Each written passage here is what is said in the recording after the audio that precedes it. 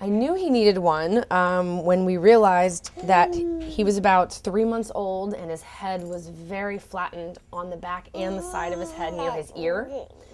And he developed torticollis, which is a tightened muscle in the neck. And it made him favor one side. So when he slept, as all babies sleep on their backs, he slept like this. And it flattened the side of his head severely. I had seen other babies with flattening of the head in the center, subtle. This was pretty severe. It was on the side of his head, off of his ear, so when he turned, it looked like he was missing part of his head. I mean, it was very, very flat.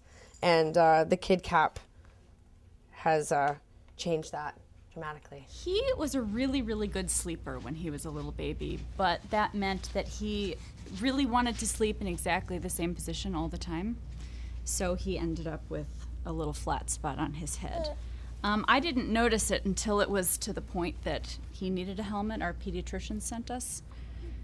So we wanted to get it corrected before he got too old. His flat spot was not just a little flat spot. He had the whole back right side of his head seemed flat, and it was to the point where his ears were uneven and you could start to see it in his face. They had told us that his head was to the point where glasses probably wouldn't fit him and that he may end up having some sinus problems if it wasn't corrected. You can't really move them around a lot every night, and so they just ended up with a flat head. And not terribly flat, but just enough that you could see it. And Rachel's was a little worse than Logan's. And even though you could probably cover the back with hair, because it was exerting pressure in the flatness, because it was being pushed this way, the front was being pushed out over here.